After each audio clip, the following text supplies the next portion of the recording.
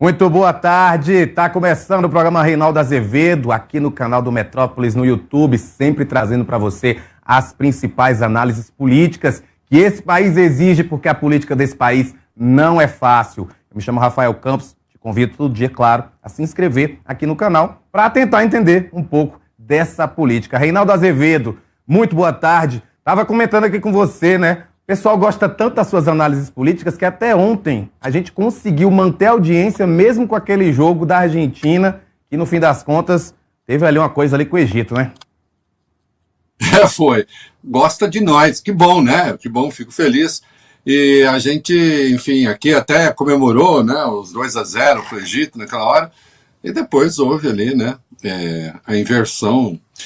Eu acho que, de qualquer modo, deram uma passada de mão no Egito ali, porque essa altura também, vamos convir, né?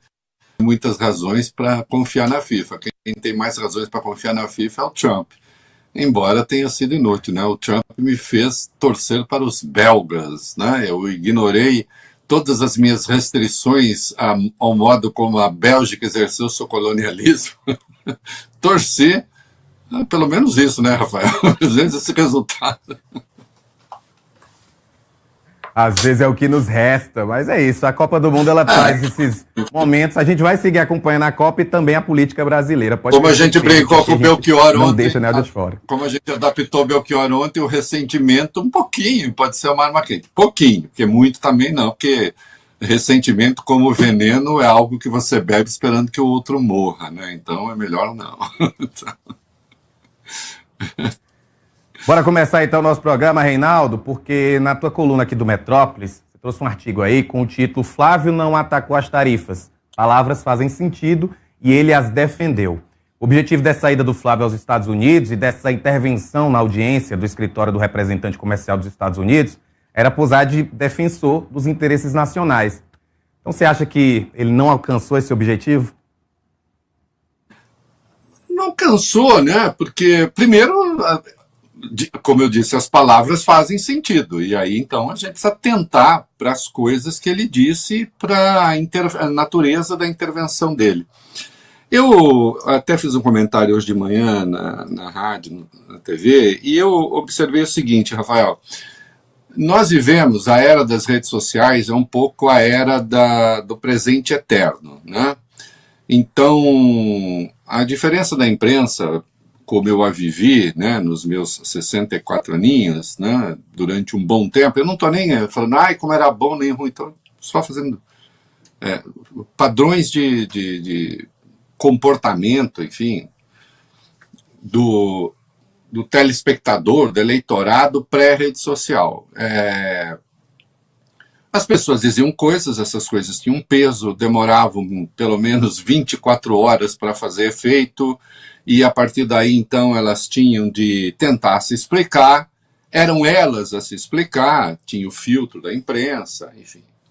Hoje, tem as redes, e aquilo que o sujeito falou ontem pode não ter a menor importância para ele hoje, a depender do número de pessoas que ele mobilize para criar a versão que eles passaram a chamar de narrativa, nessa apropriação absolutamente lamentável que fizeram das palavras, né? Então, a narrativa é aquilo que eu consigo emplacar nas redes.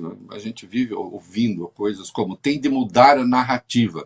Mudar a narrativa quase sempre quer dizer mudar a percepção que o outro tem, não quer dizer que eu vá mudar aquilo que eu faça, não quer dizer que eu vá me corrigir, não. Eu quero que se tenha uma outra leitura, eventualmente, da bobagem, da burrice que eu fiz, né? Então, essa coisa do presente eterno. E nessa lógica do presente eterno, o Flávio, que ajudou a cavar as tarifas, e eu vou me deter só um pouquinho nisso também, que ajudou a cavar as tarifas, resolveu criar a narrativa de que ele ia para os Estados Unidos para falar contra as tarifas e para proteger o Brasil, os brasileiros, o empresariado, etc. Né? Então, nós precisamos ver se ele fez isso. Uma coisinha curta aí. a tarifa veio mesmo por causa do Flávio, por causa do Eduardo, por causa de... Não, o Trump as teria colocado de qualquer maneira, lá atrás ou agora, né? Lá atrás, porque ele tarifou o mundo inteiro, e agora, porque ele resolveu escolher alguns países, tal, encontrando um caminho para driblar a decisão da Suprema Corte. Veja só, ele pode fazer isso havendo estafetas dele nos países que são alvos da ação, ou não. No mundo inteiro, mesmo os países governados pela direita, o Trump não encontrou aliados para defender as tarifas. A extrema-direita mundo afora não apoiou as tarifas do Trump. Uma das que se opuseram, e ele está batendo boca com ela por outros motivos agora, mas ali já se criou uma animosidade, foi a Giorgia Meloni. A Giorgia Meloni não é nenhuma progressista, né? E, no entanto, não houve em nenhum país do mundo a direita disse para o Trump, que legal, tarifas, porque ninguém é maluco. O único lugar em que ele encontrou uma direita que apoia a tarifa foi aqui. Único. Nesse sentido, a direita bolsonarista é realmente uma direita internacionalista, isto é, os valores dela são os valores da extrema-direita hoje, mundo afora. Dizem essas barbaridades, elas também mundo afora. Agora, no que respeita às tarifas, aí, de fato, a nossa extrema-direita foi única. Só aqui nós tivemos gente como Eduardo Bolsonaro, Flávio Bolsonaro, mesmo esses outros pré-candidatos de direita. Hoje, agora, nós vamos ver o Caiado fez um registro até interessante, mas também sem grande peso. Então ele falou, bom, se eu posso impor tarifas tendo idiotas lá, idiotas, não são idiotas, né? Tendo pessoas muito sábias que de algum modo vão lucrar com isso também, então ótimo, farei isso com o apoio deles. Então, não foi por causa de Flávio Eduardo, mas, evidentemente, ele tinha o apoio da extrema-direita aqui, né? Pois bem, voltemos. Vamos criar a narrativa de que Flávio vai defender o Brasil. Acontece que não, ele não foi bem sucedido nisso, porque, enfim, a leitura que eles têm do que aconteceu o impediu de chegar lá e dizer para os americanos, olha aqui, inexistem razões para vocês nos tarifarem. As tarifas de vocês são injustas. As tarifas de vocês são improcedentes. As motivações que vocês apontam são falsas. Ele não disse isso. Então, os Estados Unidos têm um elenco de causas para tarifação. Disseram, o Brasil tem as tarifas preferenciais que alguns países discriminam os Estados Unidos. Isso é mentira. Isso não existe. Até porque cada país estabelece, já disse aqui, um mix ali, uma cesta de tarifas, digamos assim, para estabelecer um ponto de equilíbrio, ora com déficit, ora com superávit, com o país com o qual negocia. Já dei o exemplo. Imagina se a China vai falar para o Brasil, agora nós vamos equilibrar nossa balança. Você já imaginou, Rafael? Não, né?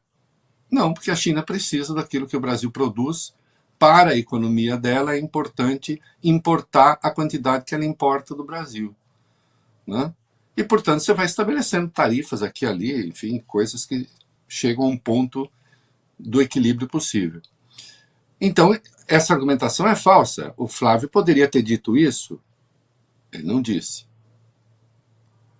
Ele não disse que não existem razões ambientais para aplicar as tarifas. Isso ele também não disse. Ele não foi lá dizer que o desmatamento no Brasil, inclusive que os Estados Unidos apontam o desmatamento, né, e isso criaria uma desigualdade competitiva com os produtores locais, ele não foi lá dizer que isso é falso. Coube a CNA, que é o sindicato mais importante, né, a entidade mais importante do agro brasileiro, dizer, olha, a nossa exportação no agro, a nossa presença no mundo nessa área, decorre de ganhos de produtividade. Até porque a produção que realmente faz diferença nessa área é a produção certificada, inclusive a de carne. Né? Não, o Flávio não foi dizer isso. Assim como o Flávio não foi dizer... aí ele tentou um pouquinho, mas ele já fez concessões aos cartões de crédito, que os meios de pagamento, que o PIX, evidentemente, não fere os interesses dos Estados Unidos. Afirmou que o PIX é muito importante para o Brasil, etc. e tal, mas no documento de 86 páginas que ele mandou aos Estados Unidos, ele já abriu concessões aos cartões de crédito e já disse, né, que vai criar alguns limites para o PIX, porque vamos preservar o PIX da China, como se houvesse a possibilidade de a China interferir. Né? Ele endossou a mentira de que no Brasil há uma leniência generalizada com a corrupção, como se não houvesse enfrentamento da corrupção aqui, e, na verdade, fez de conta que as tarifas dos Estados Unidos, que os Estados Unidos podem impor, vamos ver se vão fazer isso mesmo, né, decorrem do apego dos Estados Unidos pelo combate à corrupção.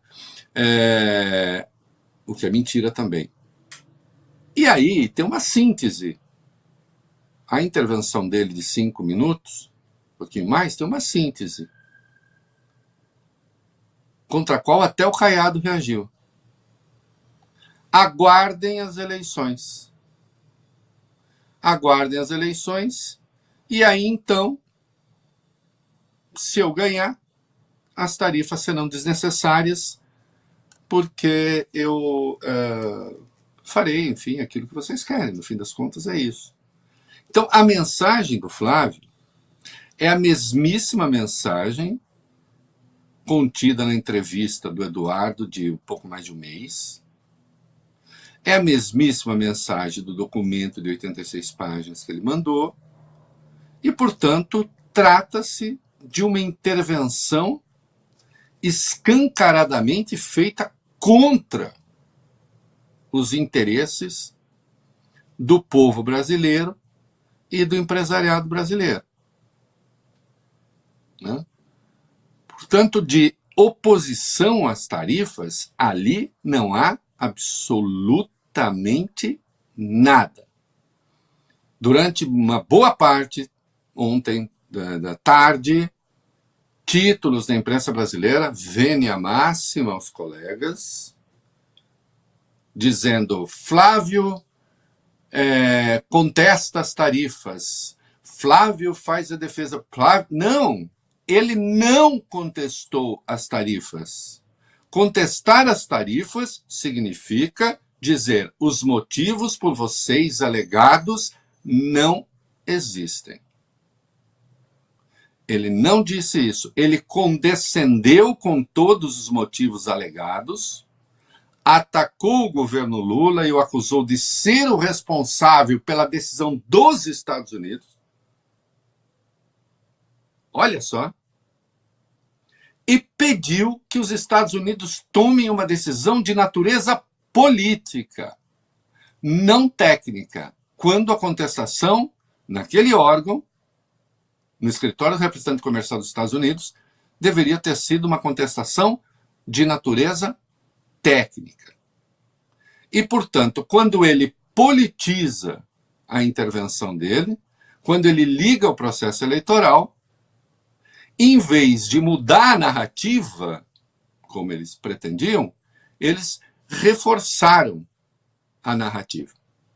E, portanto, veja, é espetacular que assim seja. Aí você vai falar assim, mas isso não é meio burro, Reinaldo, fazer? Eu acho que é. Acho que é. Mas o que você espera que eu faça, Rafael? Que eu me comporte como coach do Flávio Bolsonaro? Eu já disse, né, que eu tenho meu lado médico e tenho meu lado que não é monstro, né? Meu lado médico me obriga a tratar de um paciente, mesmo que seja uma pessoa horrorosa, horrível.